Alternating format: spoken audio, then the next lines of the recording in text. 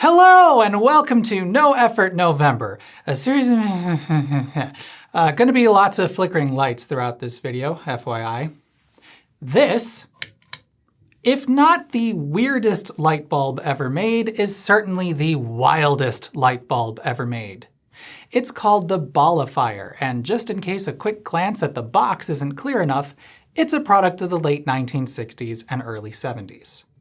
This novelty light bulb was produced by KipGo Incorporated, the company founded by Bob Kipp.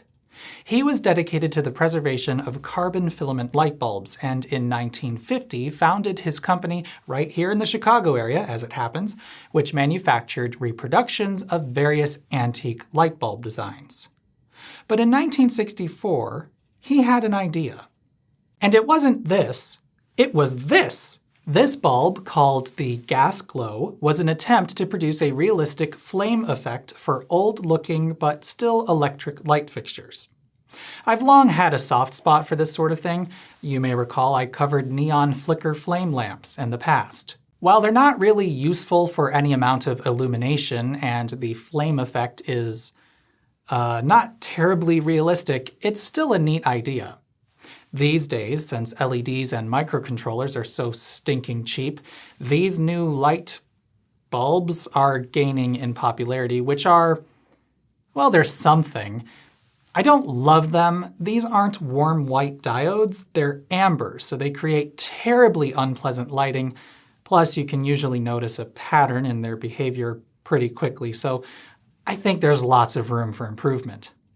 I probably have unrealistically high standards though, since growing up and visiting the Disney parks, I was entranced by how they managed to make antique lanterns look like there was actually a flame in there.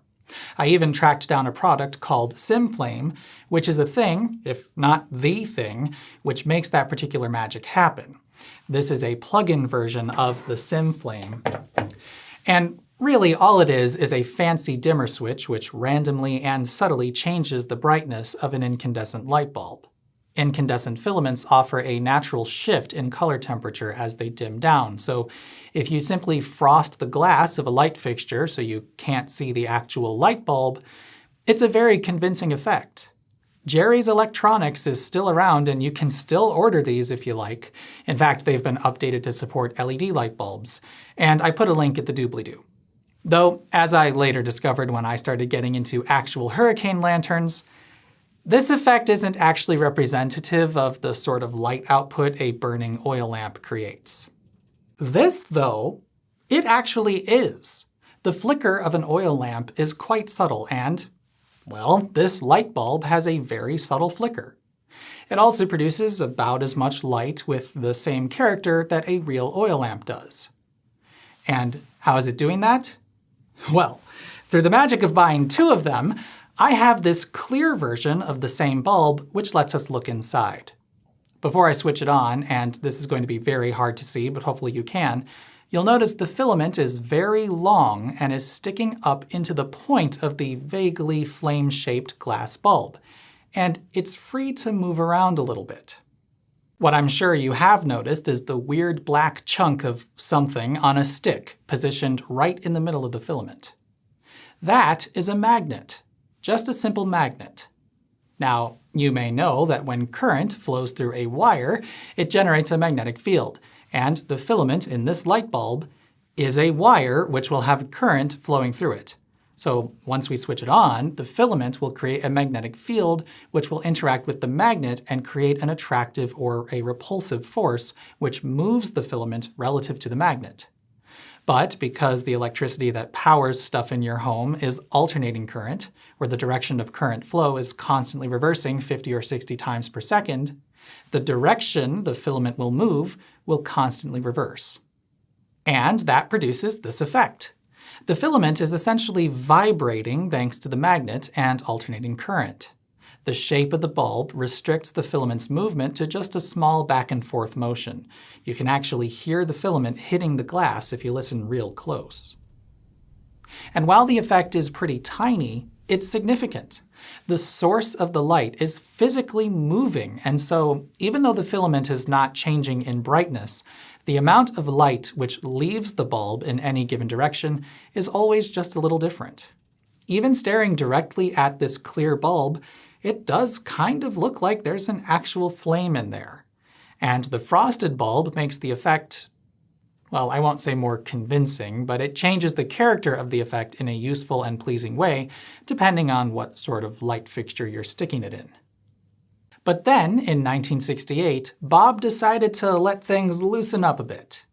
The Ballifier bulb is basically the same thing as the gas glow bulbs. It even has the same roughly flame-shaped filament. But the matching flame shape of the glass envelope was swapped for a simple spherical globe. While the gas glow bulb physically prevents the filament from moving very far, the globe of the Ballifier is large enough that the filament can never touch it. And the result is that. An absolutely wild light bulb where the filament is just flying all over the place. It really does look quite a lot like a small fire inside of that light bulb, and they came in several different colors. This really is a mesmerizing effect, and you could really lose quite a lot of time just staring at one of these, especially if under the influence of the sort of substances that the box design might remind you of. I have this, of course, just in a standard lamp socket, but these were often displayed in fixtures designed specifically to display them. They might take the form of a mirrored box to let you see the lamp from all sides, and some pretty groovy acrylic cuboids were out there which fit a globe lamp just perfectly and served as a sort of shrine? I don't know, I'm not old enough to have been there. And speaking of mirrored, you might have noticed that the glass is somewhat mirrored. While I can't say for sure, I have a hunch that this was done in part to hide the fact that what's inside this is literally the exact same thing as the gas glow bulb. If you could see clearly into the bulb, it would look identical. Then again, it also just looks pretty cool and a lot more interesting when it's shut off than a simple red light bulb, so maybe I'm just being too cynical there. You tell me. The box claims these light bulbs had a life of 500 hours, which seems quite pessimistic for a lamp which is burning the filament at such a dull brightness. Until you remember that the tiny, fragile filament is flying around every which way with gusto. Ever heard of metal fatigue? This is both really cool to watch and really painful. That is not good for the health of the filament. Though, for what it's worth, the patent mentions that an aged filament, one which has already been subjected to higher than normal voltage and thus had a burn-in period, is preferred. I'm sure that helped keep these things from burning out too early. Then again, I found some forum posts about these where someone claimed they had used theirs for many thousands of hours. Certainly, if the filament is being driven as gently as it is in the gas glow bulb, that's not outside the realm of possibility. That's quite dim, and evaporation of tungsten is going to be very, very slow. But it relies on getting very lucky as far as how sturdy the filament was in your particular bulb. These don't burn out in the traditional sense, where a weak spot forms after hundreds of hours of pushing tungsten almost to its melting point. Instead, the filament just mechanically fails at some point. And, well, that's really all I've got for you today. Just a couple of weird old light bulbs. Bob Kipp passed away in 2011, but shortly before he died, KIPCO started up a new run of these using standard A19-shaped light bulbs. I'm assuming there was a logistical or technical reason for that. The mirrored red sphere looks so much cooler than just a normal light bulb, and I would think they would have wanted to do that again if they could have. But it was still nice that it was revived. Now, these are collector's items and are worth around $100 each. I believe KIPCO is now defunct. I only found a web presence via the Wayback Machine.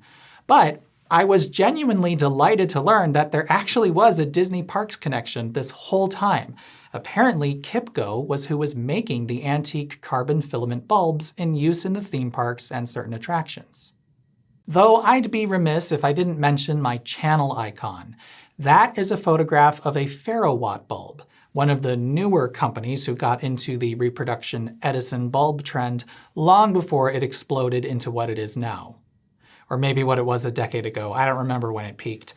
Anyway, it looks like they too are now defunct, which is kinda sad. They had some of the best reproductions, including a glass tip.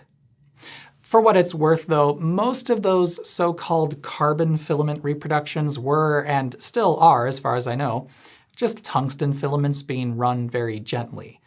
And that means they tend to last a lot longer than they seem like they should. It's like being permanently on a dimmer switch set quite low. However, they are horribly inefficient and produce an extremely warm light. And so while they are nice in a few decorative spots, they are not great at all for general illumination.